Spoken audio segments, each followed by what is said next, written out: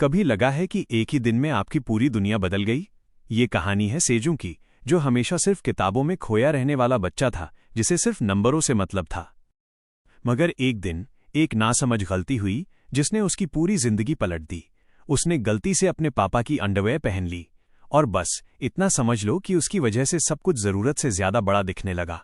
पास बैठी एक औरत को लगा कि वो बंदूक दिखा रहा है। डर के मारे उसने उसे थप्पड़ मारा और चिल्लाई। और तो और किसी ने ये शर्मनाक घटना फोन में रिकॉर्ड कर ली। जब तक सेजुन स्कूल पहुंचा, वीडियो हर जगह फैल चुका था। वो पूरे स्कूल का सबसे बड़ा मजाक बन गया।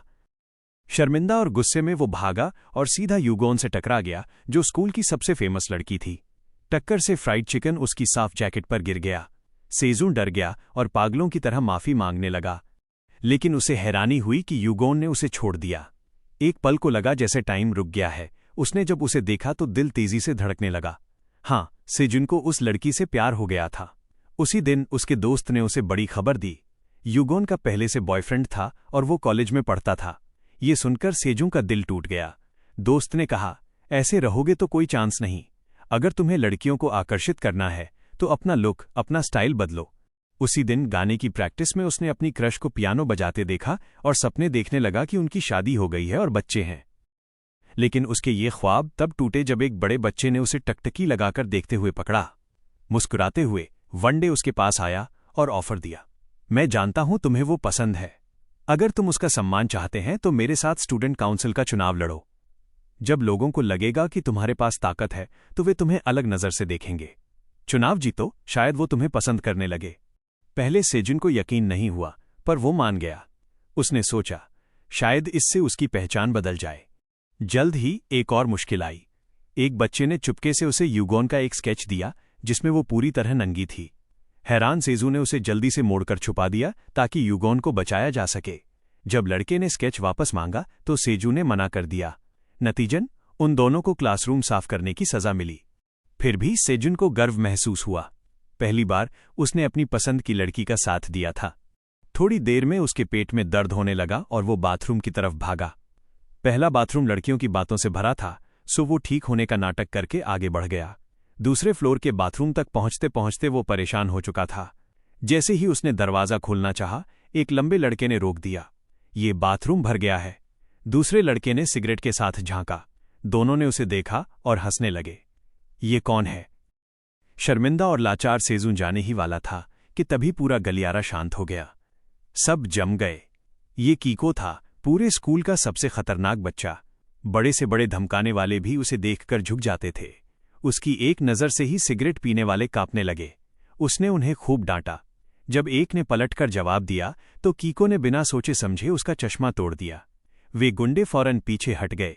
सेजू को हंसी आ गई, पर कीको ने देख लिया। उसने सेजुन को देखा, फिर पीछे आने का इशारा किया।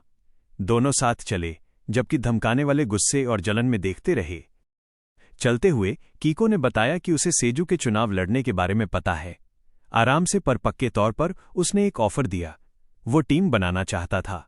फिर उसने सेजुन के कंधे पर हाथ रखा। सेजू के अंदर एक अजीब गर्मी महसूस हुई। पहली बार सेजुन को लगा कि सम्मान मिलना कैसा होता है। फिर सब खत्म हो गया।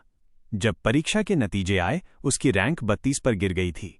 उसके दोस्तों ने उसका खूब मजाक उड़ाया। एक दोस्त ने उसे झूठ बोलने की तरकीब बताई। झूठे नंबर दिखाओ ताकि मां गुस्सा न हो। सेजुन मान गया, रिपोर्ट बदल दी और उसकी हैरानी के लिए मां ने मान भी लिया। मां ने डांटा नहीं, बल्कि उसे एनर्जी ड्रिंक्स भी दी।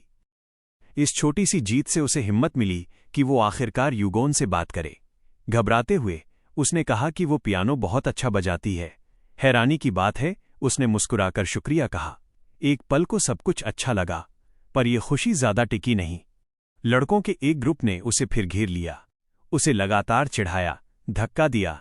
उसने लड़ने की कोशिश की, पर वे बहुत ज्यादा थे। हार मानकर सेजू ने उनसे रुकने की भीख मांगी और कहा कि आज उसका जन्मदिन है। लड़कों ने हंसकर उसे उस दिन के लिए जाने दिया। बाद में प्रिंसिपल के पास बैठकर उसकी उम्मीदें फिर टूट गईं। वनडे ने उसे कभी जरूरी नहीं समझा था। सारी तारीफ और हिम्मत दिलाना सब झूठ था। असल में सेजू तो वनडे के लिए बस एक मोहरा था। सेजू को बहुत गुस्सा आया। उसी दिन उसने वनडे से रिश्ता तोड़ दिया और कीको से दोस्ती की, वही जिसने उसे असली ताकत दिखाई थी। थोड़े ही देर में कीको ने उसे वाइस प्रेसिडेंट की उम्मीदवार से मिलवाया। ये थी यूना, सबसे होशियार पर सबसे घमंडी लड़की। कीको ने मजाक किया कि वे अच्छे जोड़े बनेंगे। दोनों ने नफरत से एक दूसरे को देखा और यूना ने कहा, मैं तुम्हें बिल्कुल पसंद नहीं करती। सेजुन शर्म से जम गया, इतना शर्मिंदा हुआ कि उसे लगा उसका दिल रुक जाएगा। उसी दिन शाम को घर जाते हुए सेजुन की मुलाकात कीको की बहन से हुई। स्टाइलिश और चतुर, उसने सीजुन को फोन देखते पकड़ा और पूछा कि क्या वो अपनी गर्लफ्रेंड को मैसेज कर रहा है। घबराकर उसने मान लिया कि उसकी कोई गर्लफ्रेंड नहीं है। मुस्कुराते हुए वो बस में उसके बगल में बैठ गई।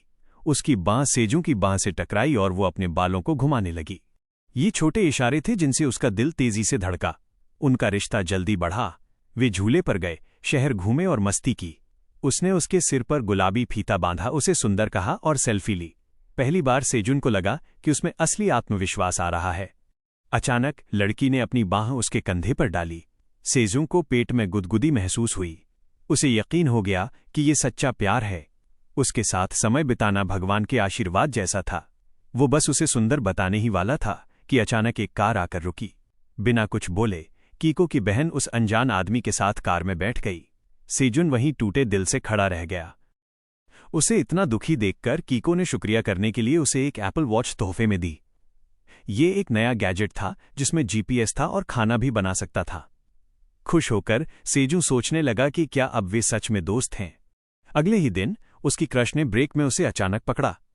उसने पूछा कि पिछली शाम स्कूल के बाद क्या किया। उसने कहा कि वो एक लड़की के साथ था। युगोन का चेहरा जलन से काला पड़ गया। हैरान, सेजुन ने पलटकर कहा कि उसे गुस्सा होने का कोई हक नहीं है। वे एक दूसरे को डेट नहीं कर रहे थे।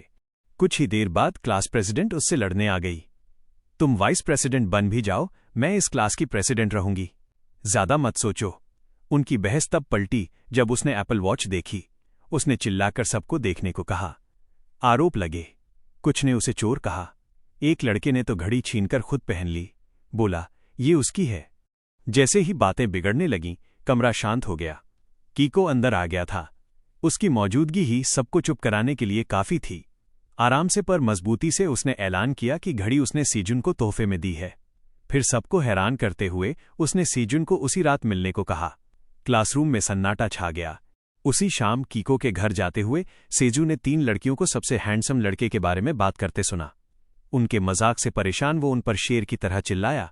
तुरंत लड़कियों ने उसे रास्ता दे दिया। एक पल को उसे ताकतवर महसूस हुआ, जैसे कोई माफिया बॉस है जिसका सब आदर करते हैं।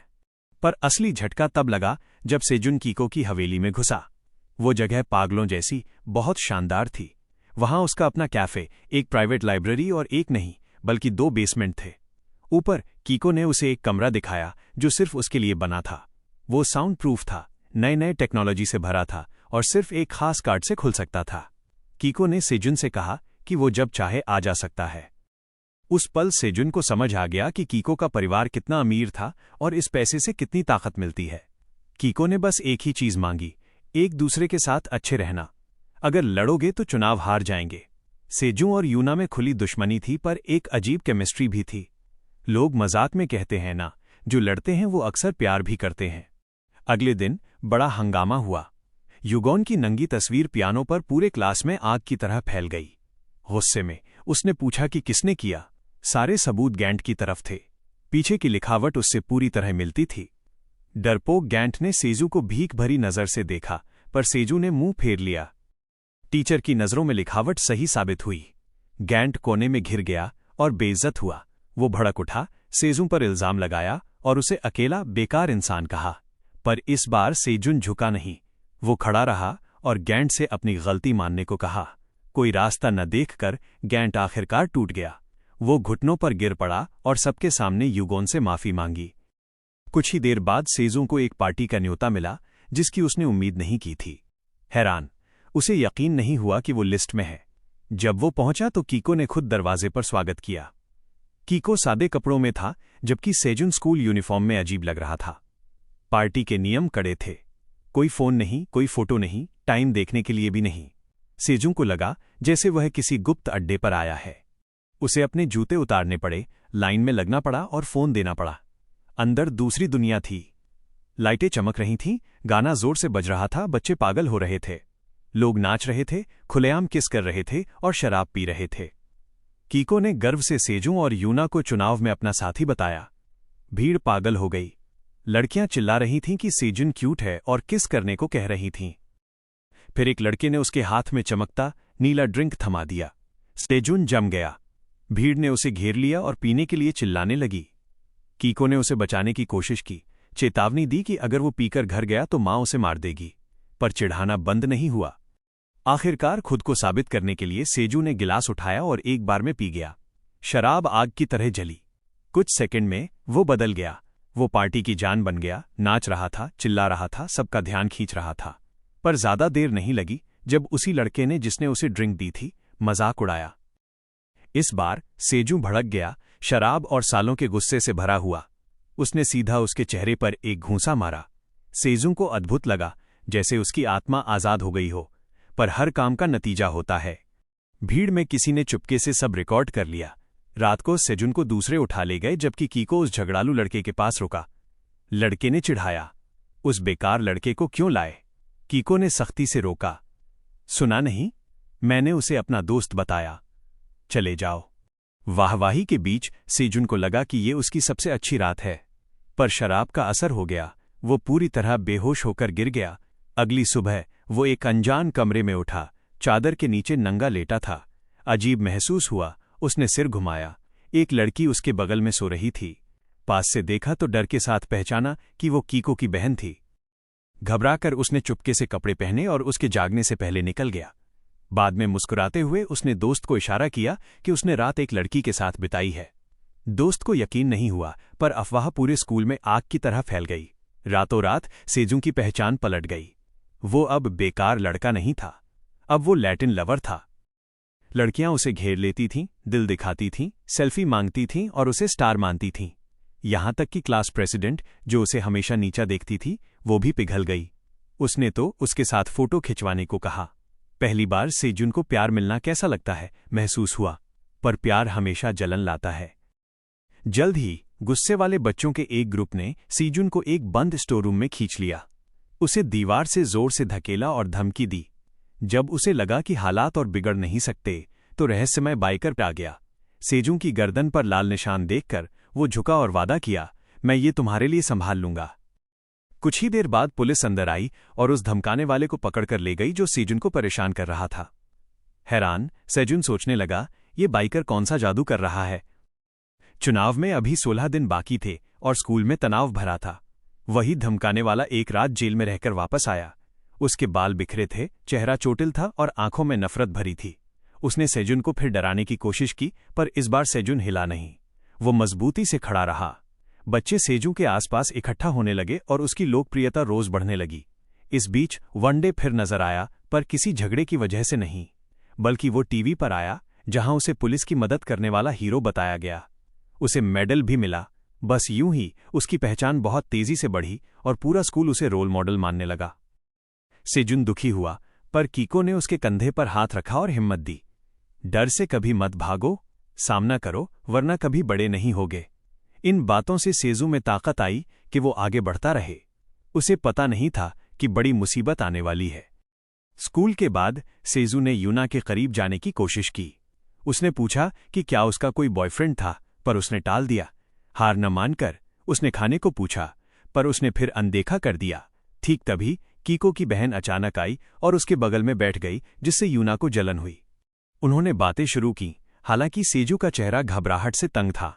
मजेदार बात यह थी कि इस घबराहट से वो उसकी नजरों में और प्यारा लगा। अचानक उसे याद आया, ये वही लड़की थी जिसके बगल में वो पार्टी के बाद उठा था। उसकी घबराहट दुगुनी हो गई, पर उसने उसे प्यार से शांत किया। सेजू ने माना कि उस रात उसने पहली बार ड्रिंक की थी। प्यार से मुस्कुराकर उसने तसल्ली दी, कुछ नहीं हुआ, हम बस प्यार में पड़े दो फरिश्तों की तरह सोए। उसकी बातों से उसके गाल गर्म हो गए। जब वो जाने वाला था तो उसने अचानक रोका और प्यार से होठों पर किस किया। सेजू के लिए ये उसका पहला किस था, एक यादगार, स्वर्ग जैसा पल। फिर उसने धीरे से कहा, अगर तुम चुनाव जीत गए तो अगली बार फ्रेंच किस दूंगी।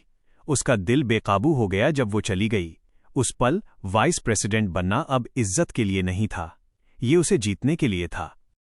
चुनाव में सिर्फ 5 दिन बाकी थे और सेजू ने खूब मेहनत की। पर अचानक एक मोटरसाइकिल तेजी से आई और उसे टक्कर मार दी। उसका सिर जमीन से टकरा गया। टूटने के बजाय इस हादसे ने उसे और मजबूत किया। उसकी टीम ने उसके जख्मों को मेकअप से छुपाया, जिससे वो और दमदार और हैंडसम दिखने लगा। पर सवाल ये था, टक्कर किसने मारी? कुछ को शक था कि स्कूल के अंदर किसी ने किया। प्रतिद्वंदियों ने मजाक उड़ाया, कहा कि वो चोटों को बढ़ा चढ़ाकर बता रहा है या झूठ बोल रहा है। अचानक यूना ने सबको हैरान कर दिया। वो बिना चश्मे के आई और उसकी खूबसूरती से सब दंग रह गए। लड़के उसे देखते ही रह गए, यहां तक कि सेजुन को भी यकीन नहीं हुआ और वो उसे किस करने के सपने देखने लगा। पर कितने भी लड़के लाइन में लगे, यूना ने सबको मना कर दिया। वो किसी सच्चे प्यार का इंतजार कर रही थी। इस बीच चुनाव प्रचार तेज हो गया। दोनों ने बड़े बड़े वादे किए, मुफ्त खाना, ज्यादा छुट्टी, कम सख्त टीचर। रेस बराबर थी। फिर वनडे ने अपना सबसे बड़ा दांव खेला। उसने एक फर्जी टीवी इंटरव्यू दिया। उसने अपनी जिंदगी की छोटी बातें बताईं, माँ बाप के बारे में, बचपन के बारे में, पालतू जानवरों के नाम। उसके फैंस पागल हो गए और उसकी लोकप्रियता बहुत बढ़ गई। उस रात सुरक्षा गार्ड को वनडे के सारे पोस्टर फटे मिले। आंखें नोची हुई थीं और लाल रंग से रंगी थीं, जैसे किसी पागल ने टॉर्चर किया हो। दोनों टीमें दौड़कर वहां गईं। रेड टीम ने फौरन सेजू की टीम पर इल्जाम लगाया। बात बिगड़ने से पहले टीचर बीच में आ गया। उसने सारे पोस्टर जला देने का हुक्म दिया और ऐलान किया कि कैमरे चेक होंगे। तुरंत भीड़ शांत हो गई। जिसने भी किया था अब पकड़ा जाने वाला था। सिर्फ एक दिन बाकी था। दोनों ने अपने आखिरी भाषणों में सब लगा दिया। ब्लू टीम अभी भी 12% पीछे थी। बहस के दौरान लड़कियों के उम्मीदवारों में जबरदस्त झगड़ा हुआ। रेड टीम की लड़की ने मजाक उड़ाया, तुम तो बस लड़कों के लिए सजावट हो, तुम किसी काम की नहीं। यूना नहीं हिली। सीधा खड़ी होकर उसने जवाब दिया, सुंदर होने का मतलब बेवकूफ होना नहीं, ये तो बेवकूफ लोगों की सोच है। और फिर हिम्मत दिखाते हुए उसने रेड टीम का एक पोस्टर फाड़ दिया। तुरंत असर हुआ। भीड़ खुशी से चिल्ला उठी और ब्लू टीम का समर्थन 52% तक पहुंच गया। पर मुसीबत खत्म नहीं हुई। अचानक एक बच्चे ने छत पर चढ़कर एक बड़ा बैनर खोला। उसमें कीको पर नाबालिगों को शराब पिलाने का आरोप था। भीड़ हंसने और मजाक उड़ाने लगी। कुछ ही पल बाद स्कूल के हर फोन पर उस पार्टी की लीक हुई तस्वीरें आ गईं। ब्लू टीम में दहशत फैल गई। सेजू और यूना ने डर से एक दूसरे को देखा। वनडे भीड़ में चुपचाप खड़ा था। ये साफ था कि उसी की टीम ने ये लीक करवाया था। उसकी लोकप्रियता 57% तक बढ़ गई, जबकि सेजुन की टीम औंधे मुंह गिरी। जब सब खत्म लग रहा था तो यूना हिम्मत के साथ खड़ी हुई। हाँ, हमने शराब पी थी, पर हमने किसी को मारा नहीं। आप में से कई लोगों ने यही चुपके से किया होगा। उसकी सच्ची बातों ने भीड़ को हिला दिया, पर नुकसान भारी था। फिर ठीक आखिरी पल में सेजू की टीम को एक मौका मिला। उन्होंने वनडे का एक वीडियो ढूंढ निकाला, जिसमें वो एक फुटबॉल मैच में एक खिलाड़ी को जान से मारने की धमकी दे रहा था। ये वीडियो सबको दिखा और उसकी पहचान गिर गई। अचानक दोनों टीमें फिर बराबर हो गईं। आखिरी रैली बेकाबू हो गई। नेता चिल्लाए, बच्चे एक दूसरे को धकेलने लगे और घूंसे चले। पानी उछला, फर्नीचर पलट गए, चीजें हवा में फेंकी गईं। जो स्कूल का चुनाव था वो दंगा बन गया। सजा जल्दी मिली। दोनों टीमों को टूटा फूटा सामान साफ करने को कहा गया। पर जब पुलिस आई तो बातें फिर बिगड़ गईं। एक लड़का चोटों से ढका हुआ पुलिस की गाड़ी में बैठा था। कीको का चेहरा पीला पड़ गया। सच्चाई बाहर आई। उसने उस लड़के पर लीक हुई वीडियो मिटाने का दबाव डाला था। जब लड़के ने मना किया तो कीको ने उसे इतना पीटा कि वो बेहोश हो गया। इससे पहले कि सब टूटता, बाइकर बीच में आ गया। वही जो कीको का सबसे अच्छा दोस्त निकला। गलती अपने ऊपर लेते हुए उसने मारपीट की जिम्मेदारी ली, जिससे कीको चुनाव में बना रहा। आखिरकार आखिरी भाषणों का समय आया। कीको स्टेज पर गया। उसका स्वागत शराब, चिल्लाहट, यहां तक कि अंडों से हुआ। पर वो नहीं हिला। खड़े होकर उसने माना, हाँ, मैं अहंकारी हूं। हाँ, पार्टी असली थी। पर उसने अच्छी बातें सीखीं अपने दोस्त सेजुन से। सेजू ने उसे सिखाया कि नेता बनने के लिए ईमानदार होना पड़ता है और दिल से बोलना पड़ता है। मुझे आप सबसे माफी मांगनी है और मैं वादा करता हूं कि अगर वोट दोगे तो मैं हमेशा आपका कैप्टन रहूंगा। कुछ घंटों बाद वोटिंग खत्म हुई और टीचर नतीजों के साथ स्टेज पर आया। सब इंतजार कर रहे थे। टीचर ने बताया कि जीतने वाली टीम ब्लू टीम थी। क्लासरूम खुशी से चिल्ला उठा। रेड टीम चुपचाप बैठी रही, कुछ रोने वाले थे। सेजुन अब अधिकारी तौर पर स्टूडेंट काउंसिल का नया वाइस प्रेसिडेंट था। यहां तक कि कीको ने भी वनडे की तरफ दोस्ती का हाथ बढ़ाया। सेजुंग के लिए ये जीत सब कुछ थी। इसके बाद सेजुंग की पहचान आखिरकार सुधर गई और अब बस एक ही लक्ष्य था, प्यार ढूंढना। तो वो यूना के साथ बात करने बैठा, जो अब वाइस प्रेसिडेंट भी थी। उसने उसे स्कूल के बाद ड्रिंक पर बाहर चलने को पूछा। उसने हां कहा। उन दोनों के बीच रिश्ता साफ था। अचानक उसे मां का जरूरी फोन आया। मां ने उसे पुलिस स्टेशन आने को कहा। वहां उसने बताया कि उसने इनाम रखा था ये पता लगाने के लिए कि मोटरसाइकिल से उसे टक्कर किसने मारी। पुलिस के पास अब संदिग्ध की तस्वीर थी और वो हूबहू कीको जैसा दिख रहा था। दिल तेजी से धड़का। सेजुन सीधा प्रिंसिपल के पास गया, पर उसे कैमरे का वीडियो दिखाया गया। वीडियो में साबित हुआ कि पोस्टर फटने के बाद कीको स्कूल में आया, पर प्रिंसिपल ने कहा कि ये झूठ है। वीडियो में छेड़छाड़ की गई है। उसने तो यहां तक कह दिया कि सेजुन को दोहरी पहचान की बीमारी है और उसे डॉक्टर की मदद चाहिए। टूटकर सेजू ने अपना स्टूडेंट काउंसिल बैज फाड़कर जमीन पर फेंक दिया और तुरंत इस्तीफा दे दिया। उस रात वो कीको की पार्टी में गया, चुपके से फोन में रिकॉर्डिंग कर रहा था। दूर से उसने कीको और उसके दोस्तों को हंसते सुना। वे मान रहे थे कि मोटरसाइकिल दुर्घटना असली थी। गुस्से में सेजू ने कीको के सामने अपना नियुक्ति पत्र फेंक दिया। कीको ने उसे देखा और गुस्से से चिल्लाया, इससे पहले कि मैं तुम्हें वाइस प्रेसिडेंट बनाता तुम कुछ नहीं थे। शुक्रगुजार रहो कि मैंने तुम्हें ऊपर उठाया। कीको ने आगे कहा, तुम दया के पात्र थे, इसीलिए मैं तुम्हें चुनाव में लाया, क्योंकि मुझे तुम पर दया आई। चोटिल पर हार न मानते हुए सेजू ने अपना फोन निकाला। उसने सब रिकॉर्ड कर लिया था। गुस्से में कीको ने उसे बॉटल से मारने की कोशिश की, पर दूसरों ने रोक दिया। फिर भी उसने एक गुलदस्ता फेंका जो खिड़की से टूटा और सड़क पर किसी को लगने ही वाला था। पुलिस तुरंत आ गई। कीको गिरफ्तार हुआ। वो अपनी मां के लिए भीख मांग रहा था। सेजुन बिना दया के देख रहा था। इस डरावने सपने के बाद सेजू ने स्कूल बदलने का फैसला किया। उसके साथ ही बच्चों ने दुखी मन से उसे विदा किया, यहां तक कि वे भी जो पहले मजाक उड़ाते थे। हाथ मिलाते हुए उन्होंने उसे भविष्य के लिए शुभकामनाएं दी। सेजुन उन दोस्तों के लिए दिल में आभार लेकर गया जो उसने बनाए थे। 1 साल बाद सेजू ज्यादा स्वस्थ और मजबूत होकर लौटा। अपने भाई के साथ स्कूल के गलियारों से गुजरा। यादें ताज़ा हो गईं। चुनाव, धोखे, हंसी, प्यार। और पहली बार वो सच में समझा, इज्जत, ताकत और रुतबा, इनमें से कोई मायने नहीं रखता। मायने रखती है तो वो दोस्ती जो तुम बनाते हो और वो प्यार जो तुम्हें मिलता है। ये वो चीजें हैं जो तुम्हारी आत्मा को रोशनी देती हैं। इसलिए अगर सच्चा दोस्त है तो उसकी कद्र करो। अगर प्यार मिल गया है तो उसे पूरे दिल से बचाओ। और अगर अभी भी ढूंढ रहे हो तो हिम्मत मत हारो, क्योंकि देर सवेर हर खुले दिल को उसका जीवन साथी मिल ही जाता है।